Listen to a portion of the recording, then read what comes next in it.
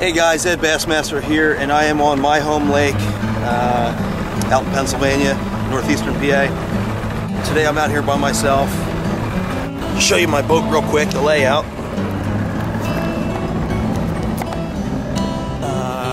There's my rods.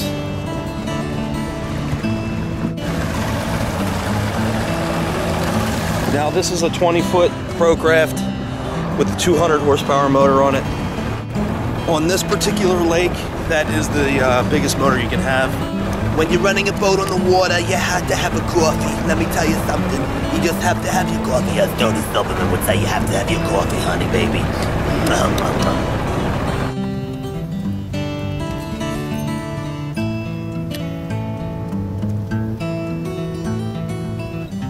There we go.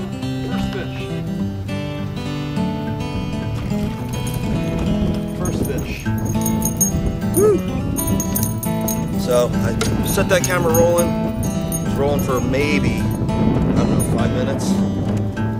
Got the first fish on the spinnerbait.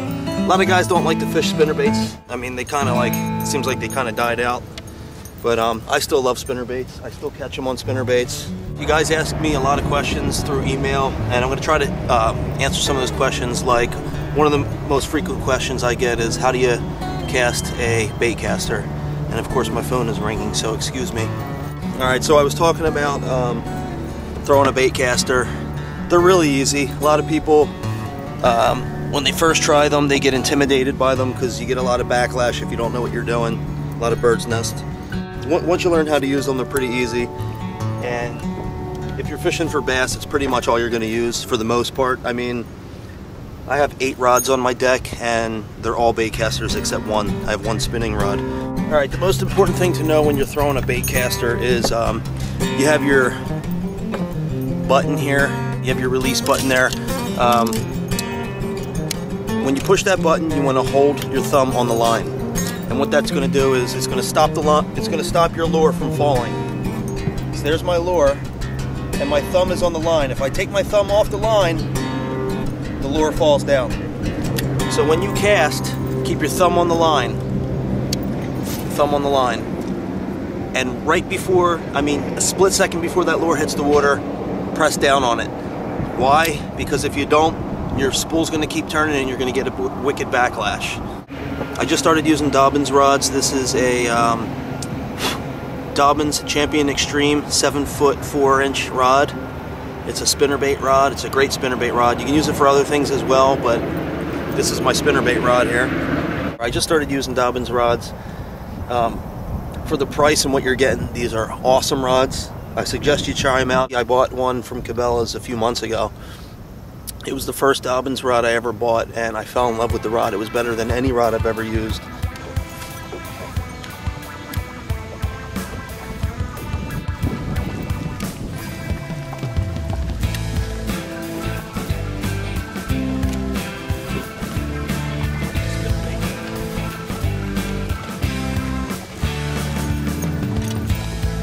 So there's another one on that spinnerbait.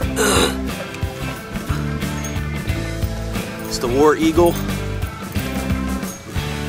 and it's the largemouth bass here. So now I'm going to switch to a Yamamoto Senko watermelon with black flake, and I'm throwing this on 8-pound fluoro with a 5/0 Gamakatsu hook.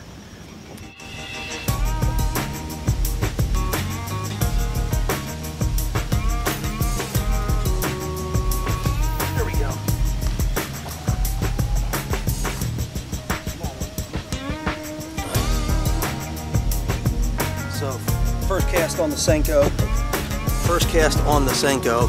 Senkos never fail, you know? I don't use them a lot like I used to when I first discovered them. When I first discovered Senkos, that's all I pretty much used. And the bottom line is they catch fish. I don't care what anybody says, Senkos catch fish.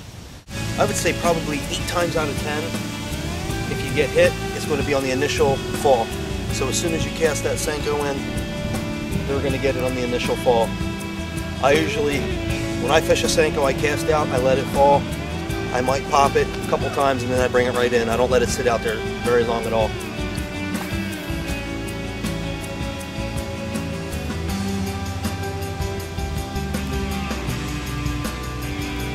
tethers. Pop it once and bring it right in. Now we're gonna fish the Senko wacky rig style. That's called wacky rigged. I got an O-ring around the Senko to help it from getting shredded. And there's the hook. It's either an octopus hook or a circle hook. I'm not sure which one this is. I use both. They seem to work pretty good. The circle hook is probably the better choice. One of the downsides of fishing at wacky rigged is the hook is exposed, so you're more likely to get hung up on something. When the hook is Texas rigged, you really want to set that hook hard to go through the worm. When it's wacky rigged, you really don't need to do that. You can just lift up slowly, and the hook will set itself. So when you're fishing a Senko wacky rig, don't set the hook like that. Just lift up and reel and lift up at the same time. The hook will set itself. You don't need to do a vicious hook set.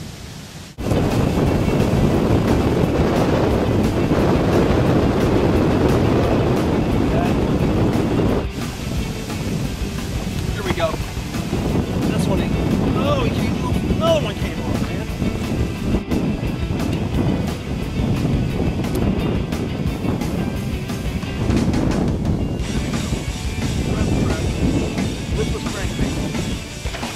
Nice fish. Nice fish. Nice fish. Nice fish. I'm gonna net this one. There we go. Nice fish on the lipless crankbait. The rattle trap.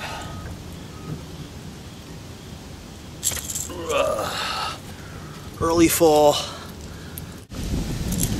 on the rattle trap. That's a nice keeper right there. Woo. There we go. Fish number 3 or 4. So I'm going to show you how to properly release a bass. Just hold it by the mouth like that. Ease them in the water, nice and easy.